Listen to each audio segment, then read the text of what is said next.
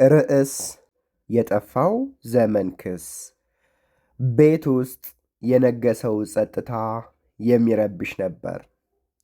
ርብቃ በሩን በኃይል ዘግታ ስትገባ አባቷ አሮጌውን መጽሐፍ ገልጠው በተረጋጋ መንፈስ ቁጭ ብለው ነበር። ነገር ግን በዚህች ቅጽበት እርሳቸው ጋቢ የለበሱ የዋህ አባት ሳይሆኑ ለእሷ የሕይወት ጨለማ ተጠያቂ የሆኑ ተከሳሽ ይመስሏት ነበር። አባዬ አለች፣ ድምጿ እየተንቀጠቀጠ። ዛሬ ትምህርት ቤት አልሄድኩም። አባቷ ቀና ብለው በግልጽ አዩአት። ለምን ልጄ? መታመምሽ ነው? አይደለም አለች ርብቃ በቁጣ። ግን ዛሬ አስተማሪያችን ስለ ጥንታዊ ስልጣኔ እና ስለ ፊደላት አጀማመር ሲያስተምር እኔ ምንም አልገባኝም። የትላንቱን ሳላውቅ የዛሬውን መረዳት አቃተኝ። አባቷም ዝቅ ባለ ድምፅ አየሽ ልጄ፣ ታሪክ መማር በጊዜው ካልሆነ ሊሉ ሲሉ አቋረጠቻቸው። ታሪክ መማር አለች በብስጭት።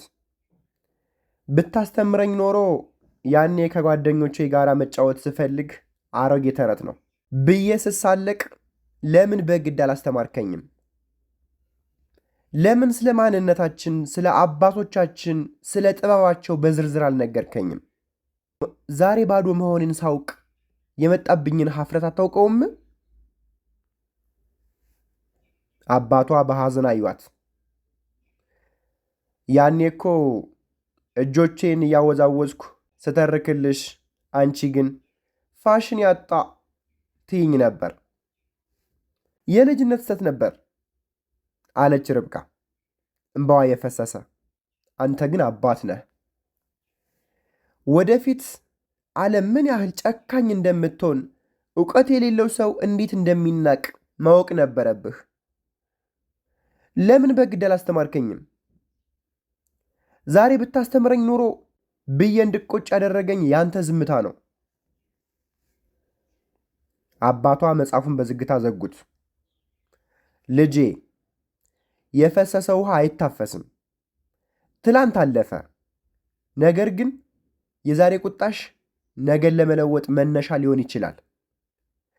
ብታስተምረኝ ኖሮ ከሚለው ጸጸት አሁን እማራለሁ ወደሚለው ቁርጠኝነት ተሻገሪ። በጣም አሪፍ። ዛሬ በዚህ መልኩ ታሪክ መሰል አስተማሪ በጣም ህይወታችን ሊቀይር የሚችል ማለትም ባለመማር ውስጥ ያለን ሰዎች፣ ባለመማራችን ቤተሰባችን የምንወቅስ ሰዎች ጥፋቱ የኛ ነው ወይስ የነሱ የሚለውን በዚህ ታሪክ ጥርት አድርገን አይተናል። በጣም አሪፍ ነው። አሁን ደግሞ ምናልባት ከፈጠንኩባችሁና ማንበብ እየተለማመዳችሁ ልትኖሩ ስለምትችሉ እኔ ቀስ ብዬ አነብላችኋለሁ ማለት ነው። ከዛ እናንተ ፖውዝ እያደረጋችሁ እያስቆማችሁ ማንበብ ትችላላችሁ። አሁን ከመጀመሪያው ጀምሬ በደንብ አነብላችኋለሁ። ተከተሉኝ። ርዕሱ ማለት ነው የጠፋው ዘመን ክስ። ቤት ውስጥ የነገሰው ጸጥታ የሚረብሽ ነበር። ርብቃ በሩን በኃይል ዘግታ ስትገባ አባቷ አሮጌውን መጽሐፍ ገልጠው በተረጋጋ መንፈስ ቁጭ ብለው ነበር። በኋላ አንዲት ስለማነብላችሁ አሁን ሃይላይት ልንገራችሁ።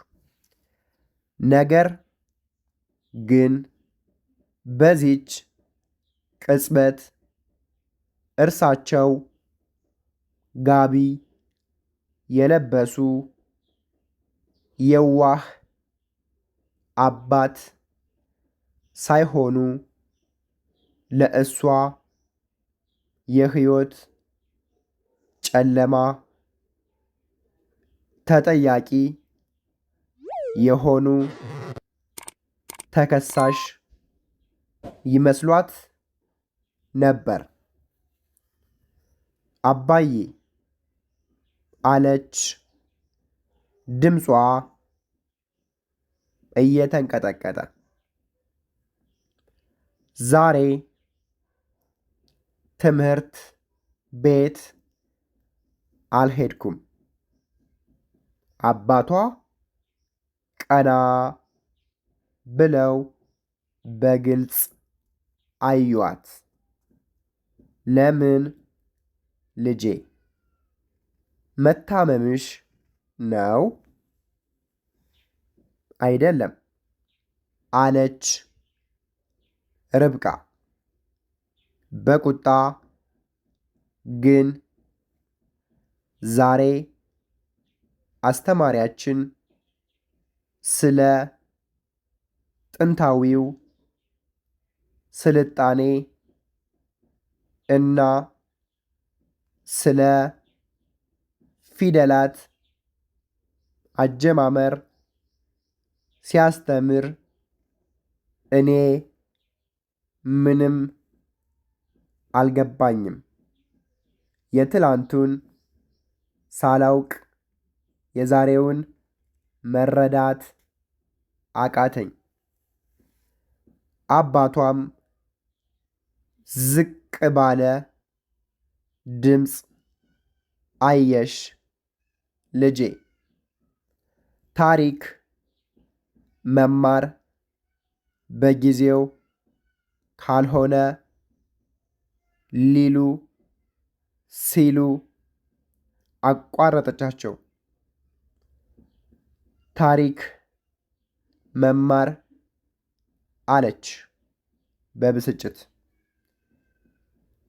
ብታስተምረኝ ኖሮ ያኔ ከጓደኞቼ ጋር መጫወት ስፈልግ አሮጌ ተረት ነው ብዬ ስሳለቅ ለምን በግድ አላስተማርከኝም? ለምን ስለ ማንነታችን፣ ስለ አባቶቻችን፣ ስለ ጥበባቸው በዝርዝር አልነገርከኝም? ዛሬ ባዶ መሆኔን ሳውቅ የመጣብኝን ሀፍረት አታውቀውም። አባቷ በሐዘን አዩአት። ያኔ እኮ እጆቼን እያወዛወዝኩ ስተርክልሽ፣ አንቺ ግን ፋሽን ያጣ ትይኝ ነበር። የልጅነት ስህተት ነበር አለች ርብቃ እምባዋ እየፈሰሰ። አንተ ግን አባት ነህ። ወደፊት ዓለም ምን ያህል ጨካኝ እንደምትሆን እውቀት የሌለው ሰው እንዴት እንደሚናቅ ማወቅ ነበረብህ።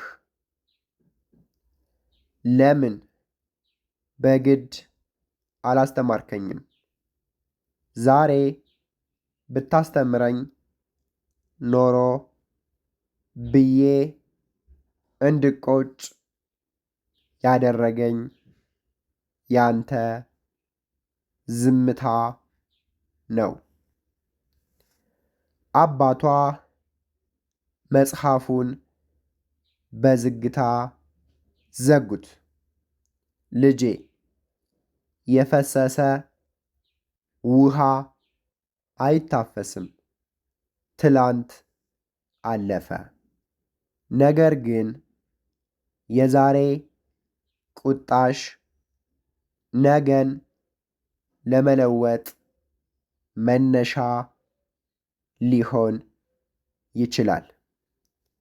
ብታስተምረኝ ኖሮ ከሚለው ጸጸት አሁን እማራለሁ ወደሚለው ቁርጠኝነት ተሻገሪ። በጣም አሪፍ።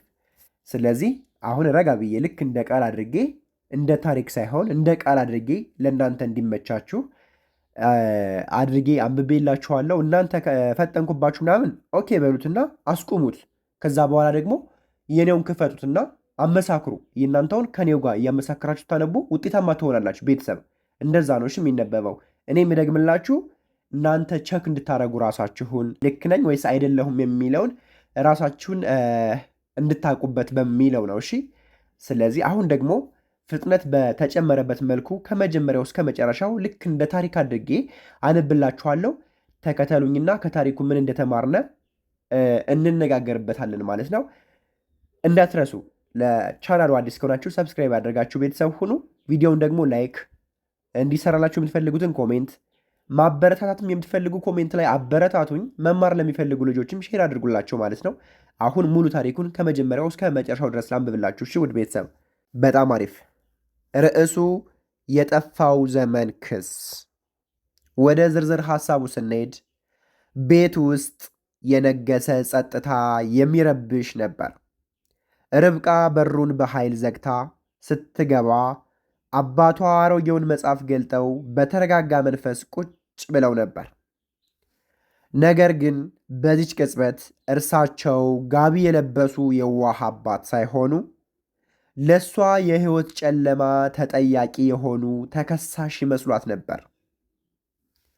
አባዬ አለች፣ ድምጿ እየተንቀጠቀጠ። ዛሬ ትምህርት ቤት አልሄድኩም።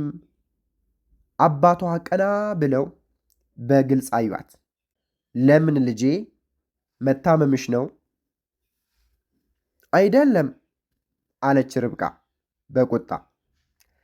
ግን ዛሬ አስተማሪያችን ስለ ጥንታዊው ስልጣኔና ስለ ፊደላት አጀማመር ሲያስተምር እኔ ምንም አልገባኝም። የትላንቱን ሳላውቅ የዛሬውን መረዳት አቃተኝ። አባቷም ዝቅ ባለ ድምፅ አየሽ ልጄ፣ ታሪክ መማር በጊዜው ካልሆነ ሊሉ ሲሉ አቋረጠቻቸው። ታሪክ መማር አለች በብስጭት። ብታስተምረኝ ኖሮ ያኔ ከጓደኞቼ ጋር መጫወት ስፈልግ አሮጌ ተረት ነው ብዬ ስሳለቅ ለምን በግድ አላስተማርከኝም? ለምን ስለ ማንነታችን፣ ስለ አባቶቻችን፣ ስለ ጥበባቸው በዝርዝር አልነገርከኝም? ዛሬ ባዶ መሆንን ሳውቅ የመጣብኝን ሀፍረት አታውቀውም? አባቷ በሐዘን አዩአት። ያኔ እኮ እጆቼን እያወዛወዝኩ ስተርክልሽ አንቺ ግን ፋሽን ያጣ ትይኝ ነበር። የልጅነት ስተት ነበር አለች ርብቃ እምባዋ እየፈሰሰ። አንተ ግን አባት ነህ። ወደፊት ዓለም ምን ያህል ጨካኝ እንደምትሆን እውቀት የሌለው ሰው እንዴት እንደሚናቅ ማወቅ ነበረብህ። ለምን በግድ አላስተማርከኝም? ዛሬ ብታስተምረኝ ኖሮ ብዬ እንድቆጭ ያደረገኝ ያንተ ዝምታ ነው። አባቷ መጽሐፉን በዝግታ ዘጉት። ልጄ፣ የፈሰሰ ውሃ አይታፈስም። ትላንት አለፈ። ነገር ግን የዛሬ ቁጣሽ ነገ ለመለወጥ መነሻ ሊሆን ይችላል። ብታስተምረኝ ኖሮ ከሚለው ጸጸት አሁን እማራለሁ ወደሚለው ቁርጠኝነት ተሻገሪ። በጣም አሪፍ። ከታሪኩ የምንረዳው ታሪክ ሁልጊዜ አዲስ መጀመሪያ አለው። ሁልጊዜ አዲስ መጀመሪያ አለው። ርብቃ ቁጣዋ እየበረደ ወደ አባቷ ስትጠጋ ያ በጣም ተናዶ የነበረው አባቷ ምንድነው ከስህተቷ እንድትማር የሚፈልገው? ምንድነው የጠፋባትን እንድትመልስ አይደለ የጠፋባትን ያን የማታውቀውን ዓለም እንድታቅ በትዕግስት እየመከሯት ነበር ማለት ነው። ስለዚህ ከታሪኩ በጣም ተምረንበታል ማለት ነው። አንደኛ ከታሪኩ የምንማረው የኃላፊነት ስሜት ነው። አባቶች ልጆቻቸውን የማስተማር ኃላፊነት አለባቸው። ሁለተኛ የጊዜ አጠቃቀም ነው። እውቀት የሚገኝበት ጊዜ ሲያልፍ ቁጣና ጸጸት ይሆናል ማለት ነው። ማግኘት ባለብን ሰዓት ባለማግኘታችን እውቀት የምናገኝበት ሰዓት ያኔ በልጅነታችን ብናውቅ ስንት በጣም ጥሩ አድቫንቴጅ እንዳለው እናውቃለን ማለት ነው። ስለዚህ እውቀት የሚገኝበት ጊዜ ሲያልፍ ቁጣና ጸጸት ይሆናል ማለት ነው። ስለዚህ በሰዓቱ እንድንገበይ ያስተምረናል ማለት ነው። ሶስተኛ ደግሞ ታሪክ ስለ ትላንት ብቻ የሚያወራ አይደለም፣ ቁርጠኝነትን ይጠይቃል። ዛሬ ቁርጠኛ መሆናችንን ታሪክ መቼም ሊያስተምረን ነው አይደለ? የሰውን ታሪክ የሰውን የህይወት ታሪክ ሊያስተምረን ነው የሚተረክልን ማለት ነው እንጂ ዝም ብለን ንባብ ብቻም አይደለም። ሊያስተምረን የሚችል ከሰው ህይወት ልንማር የምንችል ከአንድ ከወደቀ ነገር ሊሆን ይችላል፣ ከተነሳ ነገር ፖዘቲቭ ወይስ ኔጌቲቭ ብቻ ልንማርበት እንችላለን፣ ልንጠነቀቅበትም እንችላለን ማለት ነው። በጣም ያስተምረናል ማለት ነው። ስለዚህ በዚህ መልኩ ስናነብ ቆይተናል። ታሪኩ በጣም ልብ የሚነካ ታሪክ ነው። እናንተም በዚህ መልኩ ደግሞ ረጃጅም ምንባብን ማንበብ የምትፈልጉ በ0953 61 59 56 በማንኛውም ሶሻል ሚዲያ አማራጮች ኢሞ፣ ዋትሳፕ፣ ቴሌግራም ብታናግሩን አማርኛና እንግሊዝኛን ከመጀመሪያው ጀምራችሁ እንድታነቡ፣ እንድጽፉ፣ እንድትናገሩ እናደርጋችኋለን። ከየትም ሀገር ሆናችሁ ከሀገር ውስጥም ሆነ ከሀገር ውጭ መማር ትችላላችሁ። ለቻናሉ አዲስ ከሆናችሁ ሰብስክራይብ ማድረጋችሁን እንዳትረሱ። በቀጣይ ደግሞ አሪፍ አሪፍ ቪዲዮዎችን ይዘን እንመጣለን። ደውሉልን። በሳምንት 5 ቀን ከሰኞ እስከ ዓርብ እናንተ በፈለጋችሁት ሰዓት ስራችሁን በማይነካ መልኩ መማር ትችላላችሁ። ለዛሬ የነበረን ቆይታ ይህን ይመስላል። በቀጣይ እስክንገናኝ ሰላም ሁኑ።